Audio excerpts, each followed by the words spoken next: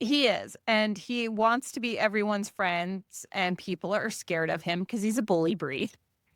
And I want to make And then that. the That's other that, and that makes me so mad too. Maybe that's why I like pit bulls too. Is when you get misconstrued, because I feel like sometimes we're like a pit bull. Here's why: people like to think those on spectrum are bullies or scary people, deathly people. But in but if you really try to turn our head, we'll sweeten and lick you to death. Hello, this is Leta, and this is me and my mommy's podcast, and then my mommy, and there's me, and I'm just talking about this stuff, and then we tap dancing because this is the tap dancing slash autism podcast, and there's a bunch of animals, and I'll be trying to in my hair, and there's bunch of sand, and oh shit. Also, there's also that stuff, and I'm on my neck little babes. Oh, that telling the old yes, like light stuff and that's busy. Oh, and those are them muffled. A boots are amazing. Also, there's me. I'm trying not to have a panic attack. Also, this is a podcast about me. I do that and tap dancing and blah. I did ADHD and that thing. Also, that's like your adorable pup. That's my mom. I am Leta. This is Leta Seth Styles. This is another human being on the podcast. If anyone says anything bad about my mother, I will come for your career. I don't care if I'm a tap dancer. And then my mama. she is a little overprotective of her mom. Sam, thanks for agreeing to be on the podcast. I am terrible at introducing people. Do you mind introducing yourself to our audience like you met them at a coffee shop? Not a problem at all. So what I run a podcast on Autism Rocks and Rolls. It's a podcast about autism and how we cope with daily struggles that you may or may not understand. Through the podcast, it's grown so much. I have developed sponsors, a board of 6. I'm an event planner at NES is where I'm from. And through motivational speaking services, I've spoken in Oklahoma, Orlando 3 times, Canada twice, Stewart, Florida, Washington, D.C. I'm also as a keynote speaker at Dale, West Virginia.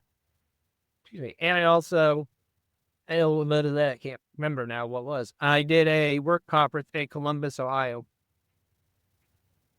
Sometimes my tongue does not keep up with my brain.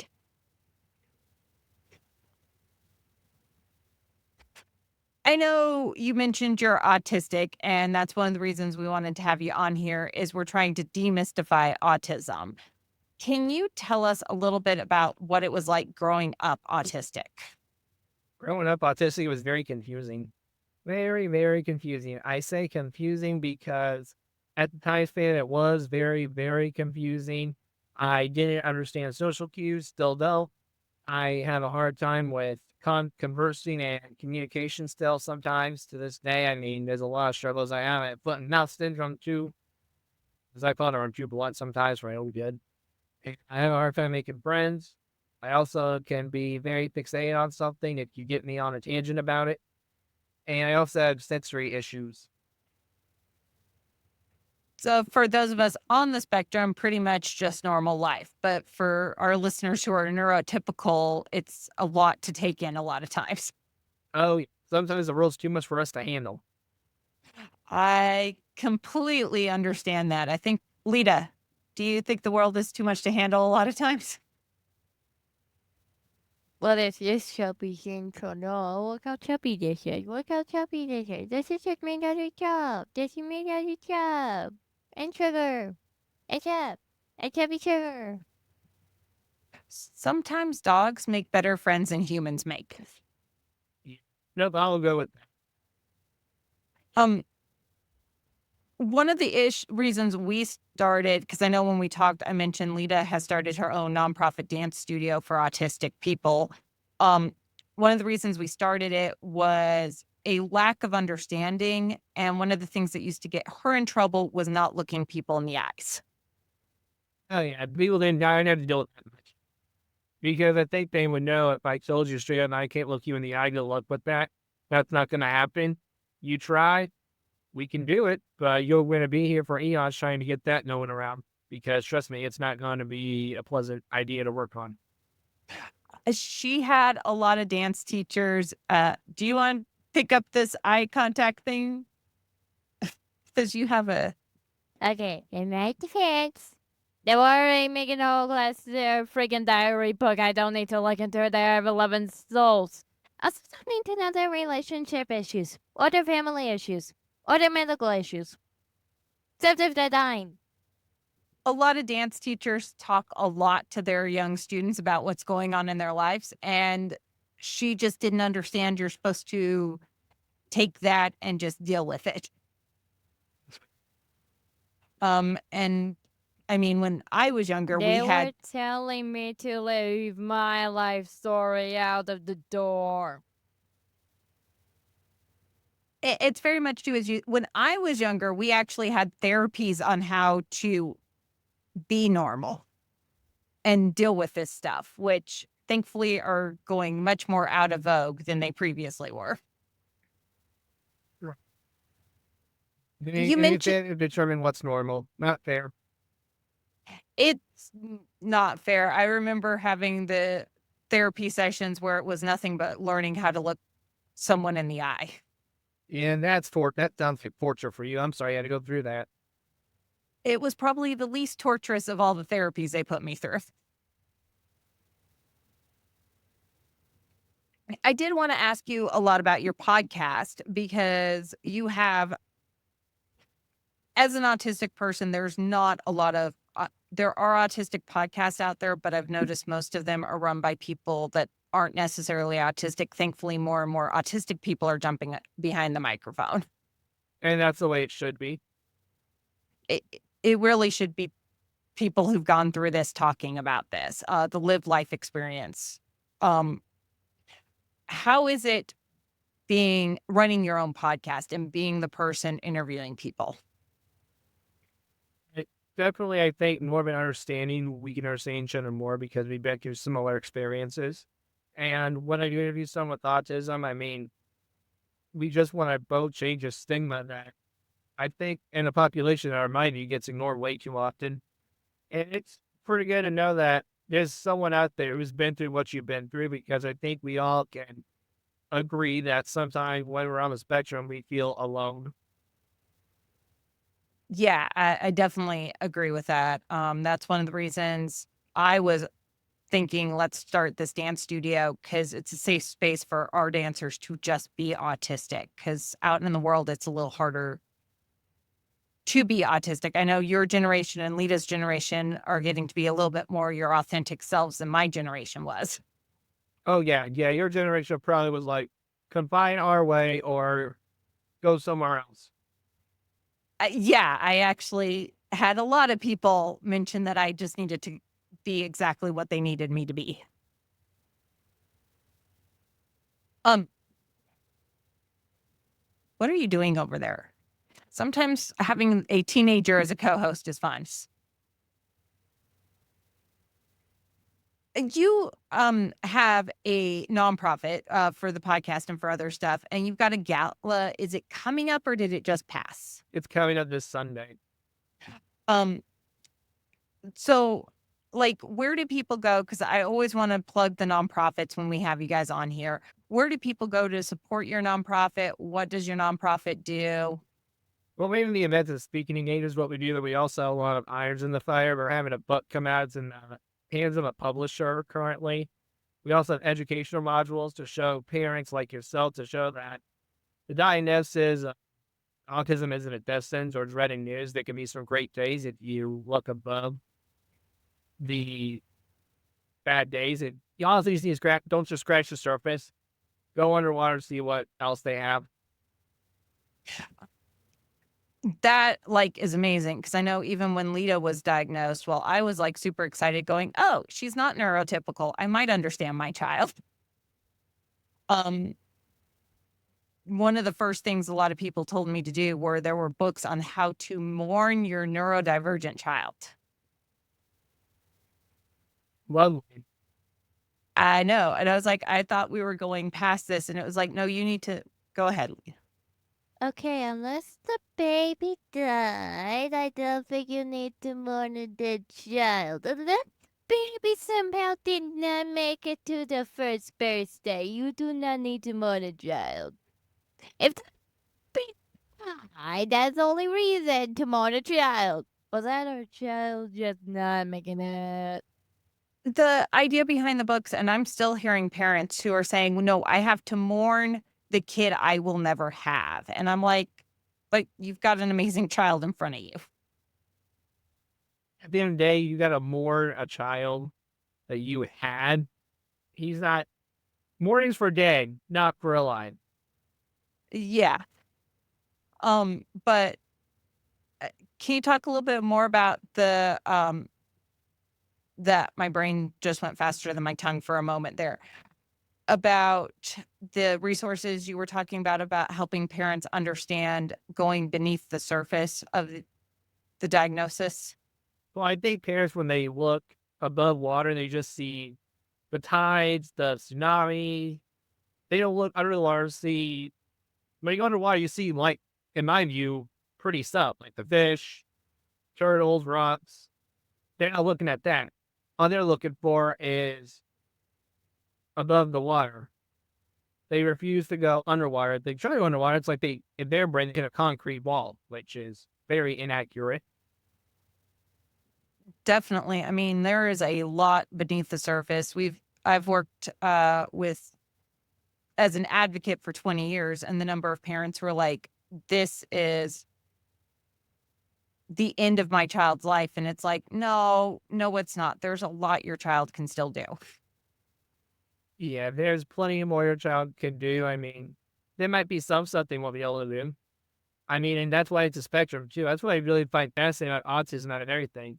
It's such a big spectrum. You can have one person who literally has the mindset of a certain age, but then you have another person who has the mindset of a different age. And I mean, there's I say it's a it's, bad thing. It's just mind blowing to me. it and there's also a difference in how we've all come about to autism, because I know, having been raised in the 80s and 90s and being autistic, and the whole "let's hide your diagnosis because you're good enough that if we can hide it, nobody will know it."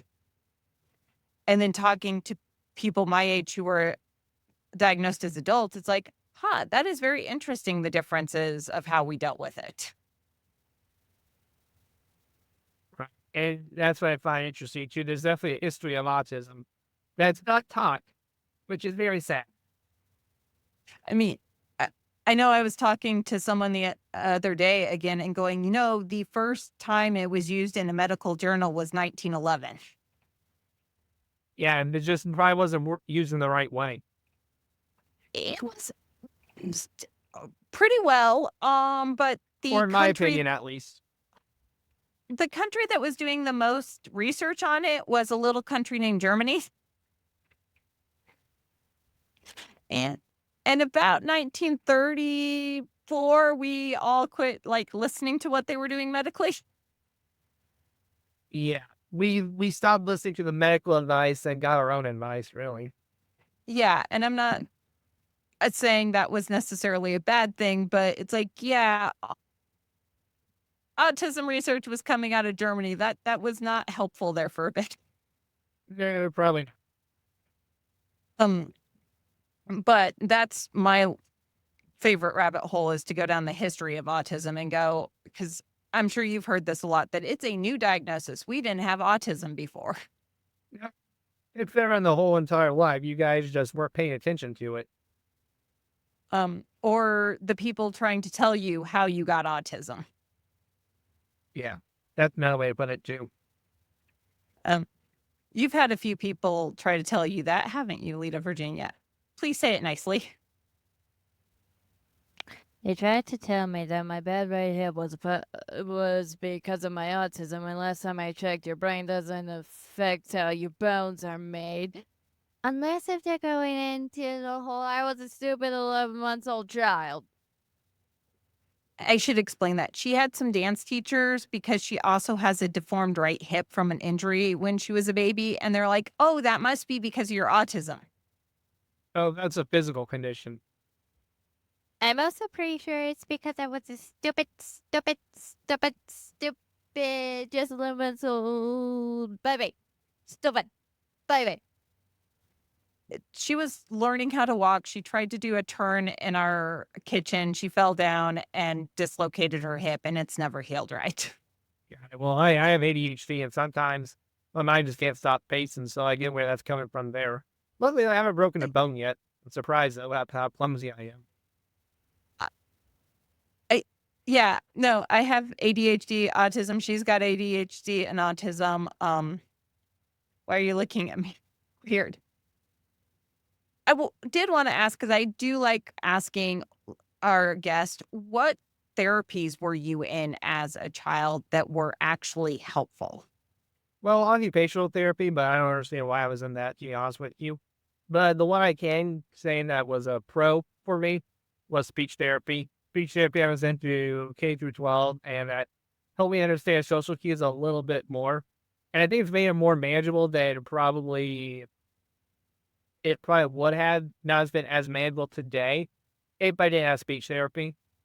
But I was in it for a different reason. A lot of people have had a friend that was in it because the words were mispronounced. Could say certain words like maybe the T's sounds like Taco, it might be like Yako, for example. I don't think it was the T's, I think it was a different letter.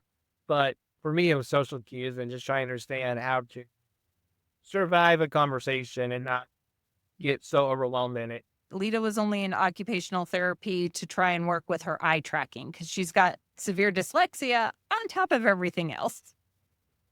And her eyes track right to left, bottom to top. I wouldn't be surprised if I got this calculi. I can't do math for the life of me. I have a lot of friends who have dyscalculia that have advanced math degrees. Go figure. Arithmetic and math, I will say this as someone with a physics degree. Arithmetic and math are two separate things. Do not ask me to do arithmetic, but I can explain to you theoretical physics. Well, okay then, Sheldon. Yeah. But yes, it's definitely it's something I was interested in. And I wanted to ask you, as someone who's also on the spectrum, who probably I'm assuming hyperfixates on a few things. I like hyperfixate on some things, mainly professional wrestling. That's my biggest fixation out of everything in this world. But there is some stuff that I have been known to fixate on and will not shut up about it. Too, I mean, I can give you some facts about some stuff that are seem like very irrelevant, but are very relevant to me. Lita is a lot of zoology facts sometimes, right, kiddo?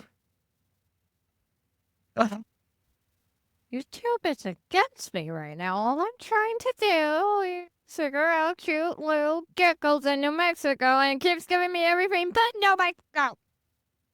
She's trying to Google what geckos are in New Mexico, and Google is not her friend today. It's Yeah. good. So everything else was doing it. I'm sure you've also had those days, right? Technology not wanting to cooperate. Especially when you're hyperfixating on something. Oh yeah, that's really fun. Really fun, especially like, okay, no, who won the match? Not what happened in the match. Who won? Yeah, that sounds about right. I know my husband claimed his parents still claim he's not on the spectrum, but he was told by Southern Methodist University he wasn't good enough to get into their graduate program because he didn't have one college course, but they were willing to bring him on as an instructor. And he has hyper fixated on their sports, who wins SMU sport games since then. Like he goes crazy over it. I bet it's crazy that you have a Super Bowl or March Madness then. Oh yeah, and it's really funny because he doesn't like other sports. It's just SMU because he knows that they love their football, and he fixates on SMU football. Fair enough. And try explaining that to neurotypical people because they're like, "Why?" And it's like, because they made him mad, and it's been 20 plus years, and he will take this to the grave. Sounds about right. Um, I wanted to circle back because my ADHD does that to me sometimes. You were talking about under the surface being a beautiful ocean with all the fish, the wildlife, the corals. I know we have a lot of newbie parents that listen to the podcast. Um, and I'm trying to figure out how I want to phrase this. It, they do have that concrete barrier. They can't seem to see under the surface. And they want their kids to be normal. Yeah. And they keep telling me that they want like a Steve Jobs, not Elon Musk right now with what all's going on, but previous to this, an Elon Musk, an Alan Menken, these amazing people on the spectrum. And they keep looking at me and saying, my kid will never be able to do anything. I know when we previously talked, you said you had to get internet from a specific place. And these parents don't believe their kids can go to college. You're in college, correct? Which seems to me to be a little bit of proof that these kids could go to college if that's what they want to do. Yeah, there's some that won't be able to, though. I'm not going to lie. There's some out there with the higher support needs. No, you put them in college, it will be a nightmare. Not all of them. Not that every person on the spectrum can't go to college. It's just there's some in particular, a population of people on the spectrum. You put them into college, it's a bad idea. Most of the parents who are telling me their kids cannot go to college are ASD level 1 with low support needs. And that's where, in my view, those people who can't stop. Yeah, because you can, if you have low support, you can go to college if that's where you want to go. I mean, higher support is not going to necessarily be able to, but a lot of our parents, the parents I've met with higher support kids, seem to be a lot more understanding of the diagnosis. Right. You really don't think I can, and you're saying you don't think I can do stuff? What you explained about today, when I was literally kind of the director, and I say director, I was working more behind the scenes, of literally a news segment. What do you call that? Still think I can do something? Yeah. There's probably a point where I'm not going to go to a zoo again. And I'm not saying zoo because of another reason I don't like zoos. It's because the animal abuse. Hate it. But I don't like the zoos regardless because of the crowds. Too big. Probably not going to go to a zoo for a long while. Probably never again. But who cares? I feel like me doing this news segment makes up for that. I know Leta, she works with choreographers in LA and in New York. So they're fairly decent choreographers. And she's been at dance studios where the dance teachers have told her, you will never be able to be a dancer because of your autism. Sorry, Leta. She's like, I've gotten over it. I mean, but you know what I'm talking about there. Yeah, I know She's exactly what you're talking about. And I think a lot of these parents, because I've talked to parents who are like, well, my child could never do what Leta does because they're ASD level 1. And I'm like, that doesn't, you can say that into your microphone. You're like, no, I'm going to say bad words if I say it into my microphone right now. At least she's honest. I can bleep your words, Leta. I'm good at that now. Are you saying you can believe fucking bullshit that? J people. But like you said, you were behind the scenes on a newscast segment. Just because they're not doing what you think you want them to do doesn't mean they can't do something amazing. Yeah. I mean, I'm probably going to be, I think, not. Yeah. Okay. So not this week, but not next week, but the week after that, I'm going to be an anchor actually on the Vincent's PBS on YouTube and on television. How is that? What else do I have to do? I mean, I feel like there should be a point where we have to stop proving ourselves. Yeah. And definitely, I mean, really I wish don't prove myself all the time. But there comes a level where I do get frustrated. It's like, seriously? I had to do this? You want to jump in with your frustrations, Lita, on proving yourself? If they can't get my zoology papers right, I don't trust her. And I need to prove nothing. As a plus, the last time you tell me a gorilla only has one mate doesn't help take care of its children and doesn't protect the female, the time I think you're stupid. Also, if you tell me a cat that does mate for life doesn't mate for life, I think you're stupid. Also, trying to tell me that a lion only has one mate and a lion shouldn't have more than one mate. I question if you know how the world before humans worked.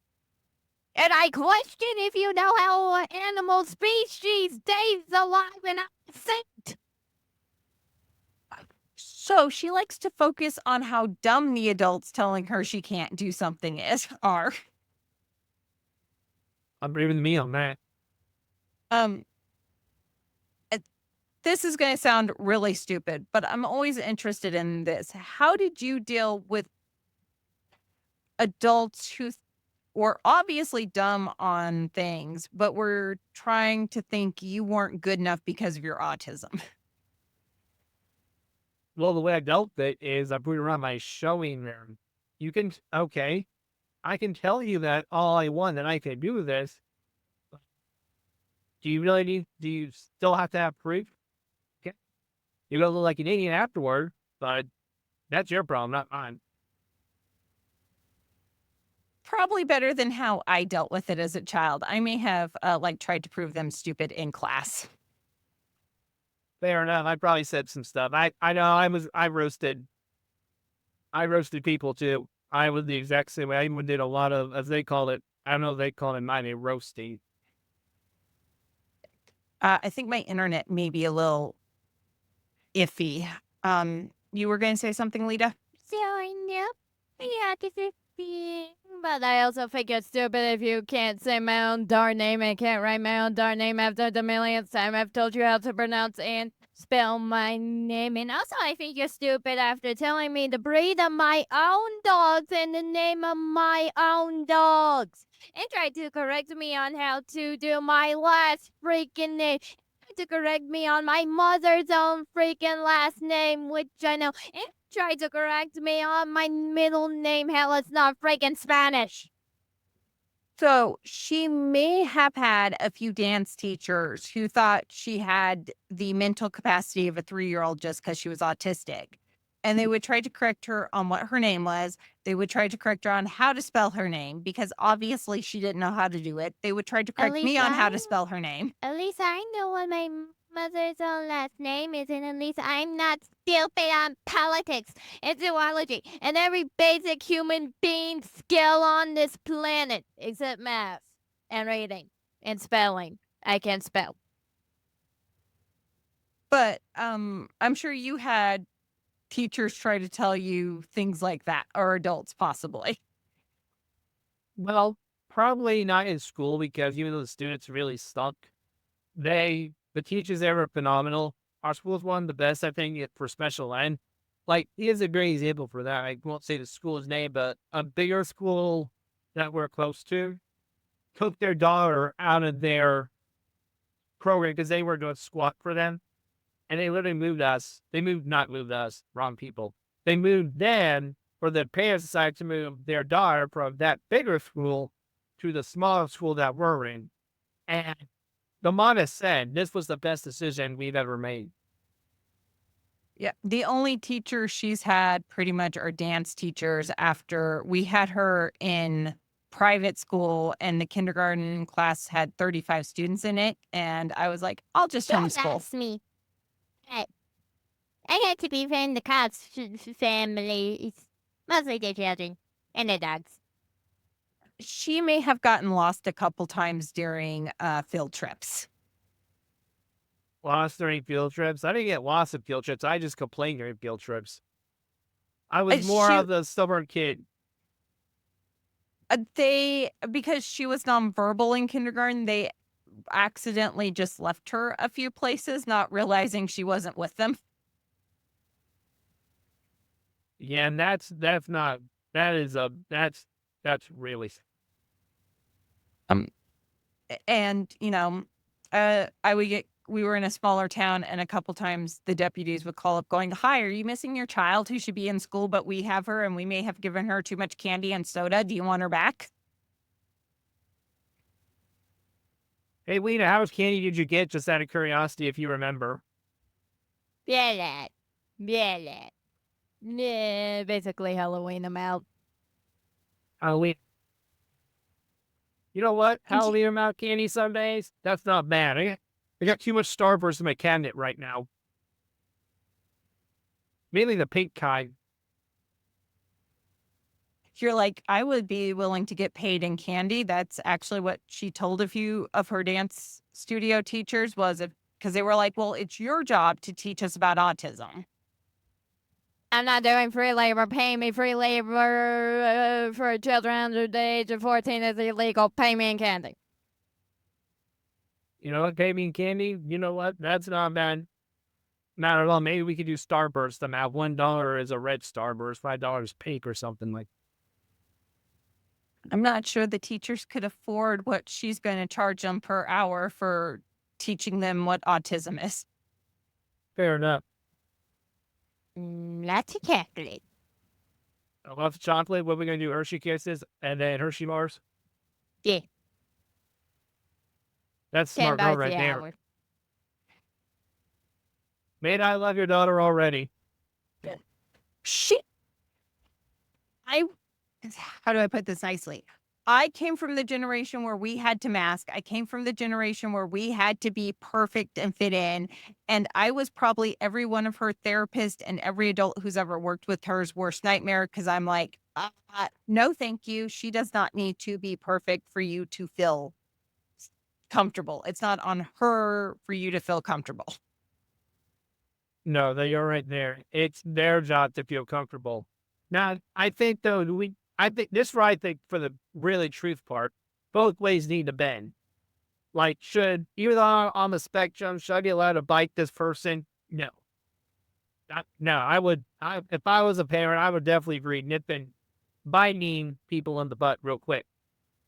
But when I say nippy, I mean stop that behavior. Yeah. I mean, what they were complaining about was like her voice took longer to drop from that baby voice. And I'm like, or we just don't worry. Yeah, you're worried about that. Worry more about the biting. Let them worry about the voice. That's something small we can like. She had one therapist who was like, she doesn't like the texture of pizza. We have to teach her how to eat pizza. I was 7. I was getting praised by my peers and freaking teenagers and what's the thing in between teenagers and kids? Tweens. Oh yeah, Yep. I forget that word. Don't worry, I got you, man. But I was like, she's still having problems with receptive and expressive language. Do we need to work on her eating pizza or do we need to work on expressive and receptive language? What's the necessary survivor skills? That's what I look at too. Eating pizza, you don't need that to survive. But receptive skills, you really need that to survive in this world. Let's just be 100% honest. Some of the things that they were like, she needs to mask is she doesn't like looking people in the eye. It's not hurting anyone. You guys do not need her looking you in the eye while you're talking during dance class. Oh, that's, and I always thought that was so stupid because we have ears for a reason. I thought eyes were to see you, not to hear you. You want to jump on that one, Leta? Because you usually jump on that one. Last time I checked my ears, I have an on and off button, except if you're stupid, then I stare out the window and hope for like this bird. Or a bug. Or a butterfly. Or poisonous reptiles. Or poisonous bird. Or poisonous just anything. We like poisonous animals. But no, where I'm like, both sides do need to give. No biting. You do need to learn receptive and expressive language because it's important in life. You don't need, like, if you're stimming, it's not necessarily meaning you're not paying attention. As long as the stimming is not hurting anyone. I mean, standing in, like, if you're standing and you, like, slap them in the face, okay, yeah, I get that. Yeah, but Are like, you? Are you? don't I've hit held some yourself in the kids to face bite either. their own selves. Yeah, or don't hit yourself in the face. Yeah, but I was mean when, like, if I'm doing this, but, and I'm not mocking anyone, but I've done this thing before too. I've realized it. Like, doing Oh yeah, this, but I'm like, pooping. And there's a guy right beside me. Okay, totally get that one. sh- she does a complicated 3-point tap step move as one of her stems, and her teachers were like, "Well, she won't let me correct her unconscious, subconscious behavior and fix how she's doing it." Oh boy. And like that's not how that works. Subconscious means she doesn't know she's doing it. And it was things like that it was like, let's focus on the important things and let the little things slide for right now. Yeah. But like you said, if you're hitting someone, if you're biting someone, if you're hitting or hurting yourself, those things need to be addressed. Oh, yeah, those need to be addressed a lot. And there's some, I think, issues that we do have that literally, I don't think need a solution, but they need to be managed. For example, I just did an episode a while back ago. One dropped today, but it was the last episode of grocery shopping. You need a grocery shop to survive in this world. Yeah, and that you have to teach. And that is something to focus on. Yeah. Her eating French fries, not as important. Yeah. And I just said because I hate grocery shopping. Hate it. Hate it, hate it, hate it. I'd rather do the Walmart pickup than go in the store. I just sent my husband the grocery list because I won't go on base to the commissary. It too sensory overload for me, but he can do it, so I'm fine. Yeah. There you go. That's what you call a great husband right there. Oh yeah, I don't think outside of when he was deployed last year, it had been like 5 years since I stepped foot in a grocery store. You're probably thinking, here we go again. Yeah. But no, there's a lot of other things that like they were asking her to change. Like she needed to stop being dyslexic. Yeah, we don't change that. We don't change. And I'm like, I didn't know that was an option. Is there an on-off switch somewhere? Because I know I only have slight dyslexia, but I would like to turn that off too. But I'm sure there's other things that, there needs to be give and take on both sides. There needs to be understanding that some masking is going to have to, or changes in behavior are going to have to happen. But, you know, how do I put it? You don't need to be completely typical for them to feel comfortable. Yeah, if you're that picky on what we do, honestly, you being around this may not be a good fit. Very true. And a lot of her dance teachers and a lot of the dance world, they're always like, oh, we have such a heart for the autistic kids. We want to make sure they have something happy in their lives. But they do. They just don't see it as, because I had one teacher tell me she wasn't worth her teaching her how to do certain stage things because, well, she's autistic. And I know she works with professionals who would never give me the time of day, but why should I teach someone who's not going to work with professionals? And I'm like, that sentence makes no sense to me. And you're right. Here's the deal. People say we live in our own little world too. We do.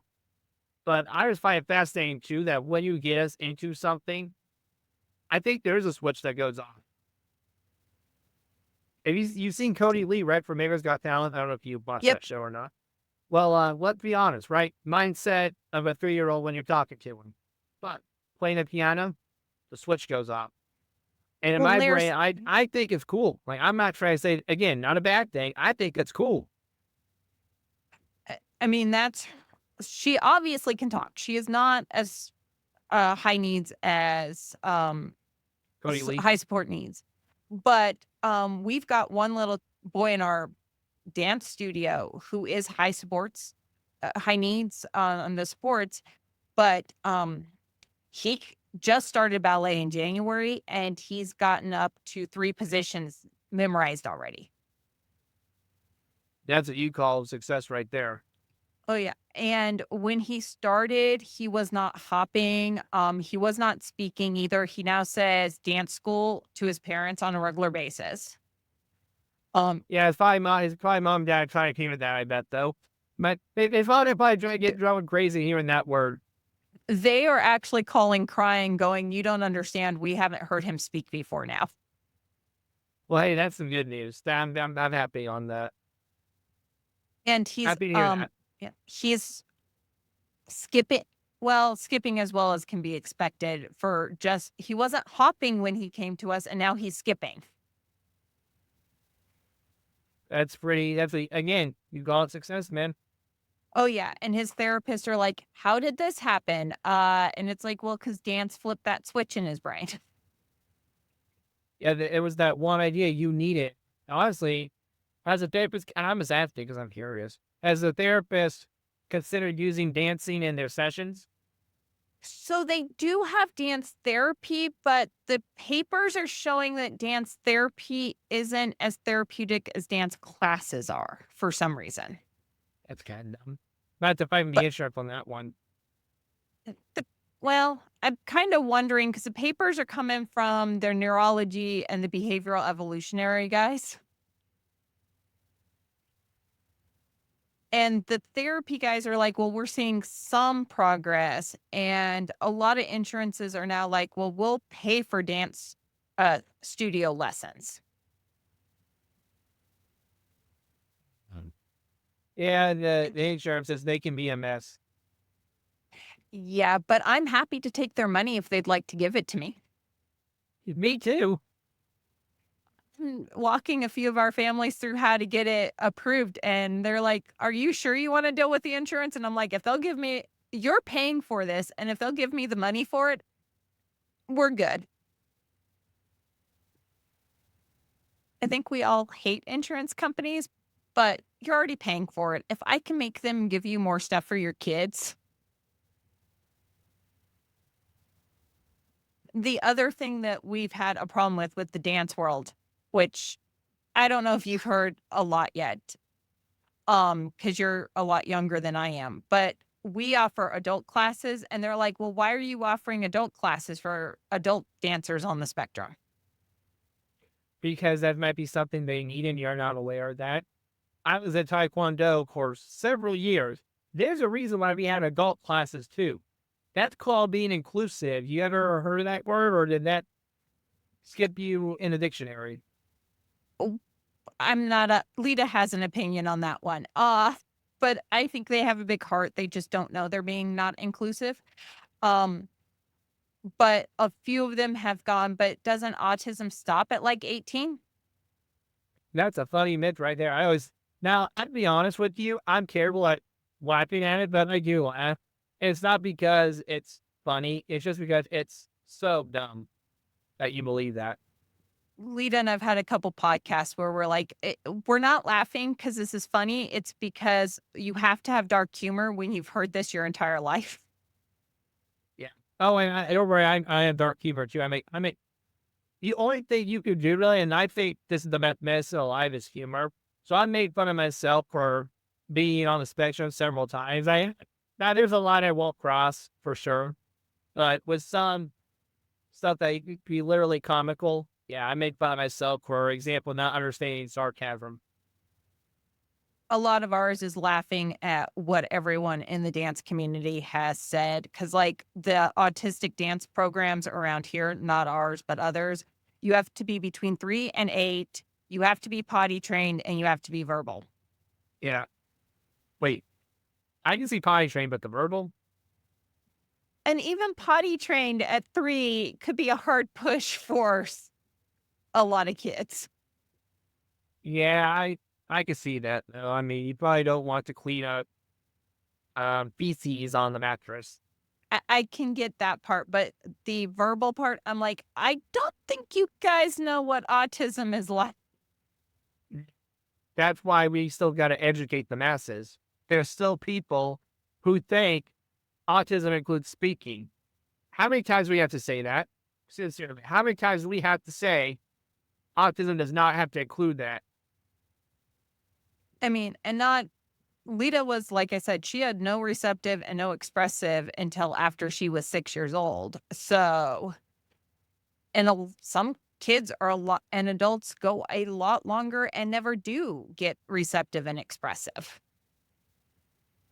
Right. And they probably don't. I'm probably not the best with expressive language because my mind is I don't speak before I think. And I will literally tell you how it is. I've learned the other day up in the hall I'm at, not a life because of it. But you know what? I really don't care. I've learned that too. And I've just gotten to the point I'm like, I don't need you to like me. Nah, here's the deal. You stay in your lane, I'll stay in my lane. But do something I want to do. I agree. You're like, I'm tired, mom. It's at the end of my day. I'm kind of peopled out. That was one other thing I wanted to ask. Yeah. I get it. Don't worry. To be honest with you, Lee, I'm about people that too, so I can relate to that one. I was going to ask that because I cannot explain that to a lot of adults. You do get peopled out, right? How long do we have, how much time do we have left? I was thinking maybe we just ask if you can come on another time because I enjoyed having you. We enjoyed having you on. Okay, sure, but I can go into a brief summary about that. But yeah, Yes, go on. I do get peopled out very easily, and there comes a time where after a while, I'm done. Usually by around, because I have a tendency with being at college, because let's just say I have to stay up a little later than usual. Like, it's not like midnight. Trust me, I don't stay up late that late. But it's like till 10:30. By 7, 8, 9-ish, I'm done. Like, Yeah, it and takes a lot for me to be peopled out if I want to be there for an extra Kites thing. Okay, the Squared Circle Expo's coming up, going to be a vendor for them. Usually they have karaoke night. That's a reason for me to extend my people meter. But if it's like a regular day like today where there's nothing big or spectacular or something fun happening, yeah, good luck with that. she did not get her weekend this weekend because we went to go visit her grandparents. So she has had over 7 days with people. Oh boy. But you know what? With me, I like great grandma, grandpa. So I'll make an exception. She was excited because they have new puppies, and she does like animals a lot more than she likes people. Oh, I'm that too. Lee, I'm the same way. I am the exact same way. I am the exact same way, except for me, my two favorite dog species are pit bulls and Rottweilers. And you have one of those. You have a pity Staffy mix who is usually going to be the death of me because of his anxiety. Hey, I like pit bulls. They look like, honestly, baby seals. And I dig that look. He is just, both of our dogs are COVID puppies, and they were both adopted by people who'd never had dogs before. Oh, and they don't know what the heck they did. They don't know what they were doing. And a pit bull Staffy mix puppy, because he was a puppy when he was adopted the first time. They're not first time dogs. You know, you have experience with dogs before you get those dogs. I did need a Stappy, though. My friend has one of those Stappies, and I thought it was a pit bull. But that Stappies are good, too, though. Like them. Wait, could dogs with that pit bull or Stappy look? I'm intrigued off the bat. He is a lovable little baby who is scared of his own shadow. They are not sometimes dogs are quirky too, like our humans are. But the only thing that's going to kill me is he's like scared of his own shadow. And we have him on severe anxiety meds. He can't go any higher up.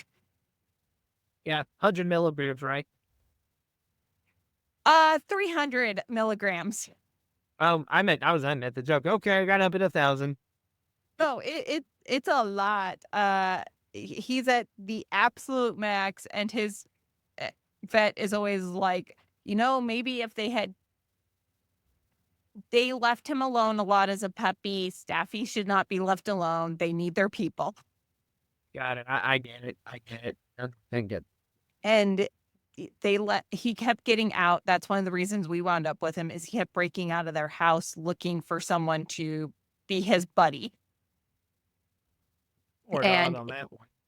he got into a few puppy fights on the street, and he still has scars from them. And his vet is like, he's never going to not be anxious because of that.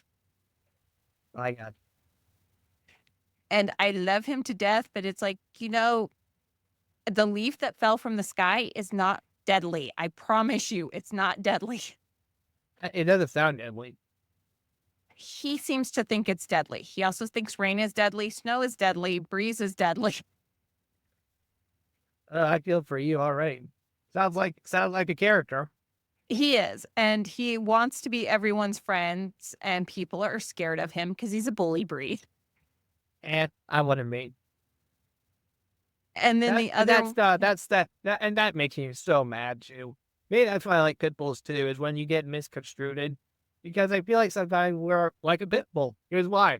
People like to think those on the spectrum are bullies or scary people, deathly people. But if you really try to pet our head, we'll sweeten and lick you to death. oh yeah, she has a neurologist who everyone else thinks has a bad bedside manner. And I agree, Frank may not have the best bedside manner, but he's on the spectrum, and he's old enough that his kids are my age. So you can guess how good of therapies he had as a child. Yeah.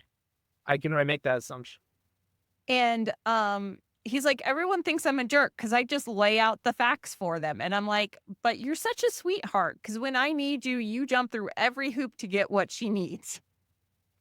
Yeah, that's what needs to be looked at more. But, and I'm pretty sure all my friends who are neurologists are on the spectrum. Like, they're all like, oh yeah, I'm diagnosed autistic. And I'm like, well, that makes sense because you're studying the brain.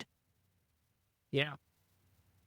And his son grew up to be a neurosurgeon. So and his son's extremely autistic too. And I'm like, yep, nope, that tracks. Yep, that's fair. Well, I promised you we would only have you on for an hour. I enjoyed the conversation. I hope you enjoyed being on the show. Oh, I had a fun time. Thanks for having me on, guys. I appreciate it. I wish luck with your studio. If you guys want to find me out more, find me out. I'm great. Check me out for more information. Go to autismrocksandrolls.com. I was going to just ask you that. And we're going to have the link in the description. Also, I'm going to bug you probably later on this week for a short bio and a headshot, because we like to keep all of our guests on our website. Yeah, I'll send. Thanks. And we would love to have you on the show again sometime if you've ever got time to come back on the show. Yeah, I'll come back. I had too much fun to not come back. Great. And I will try to make it scheduled when she hasn't been peopled out for a week. Oh, don't worry about that. Hey, by the end, I'll be honest, I'm starting to get people out myself. Understandable. Love you both, though. Yeah. Before I let you go, can they find out how to donate to your nonprofit on? It's on the website. Great. I will put that in the dough below. Thank you so much for coming on today, Sam. Of course, anytime, buddy. All right. Talk to you later. Bye. All right. Hello, thank you for watching the podcast. Please subscribe and also look at the adorable people. Just do also subscribe for it, and also please do the text. And don't forget to give the great fan festival with any other new podcast with you. And also you can see the adorable people. Just like it.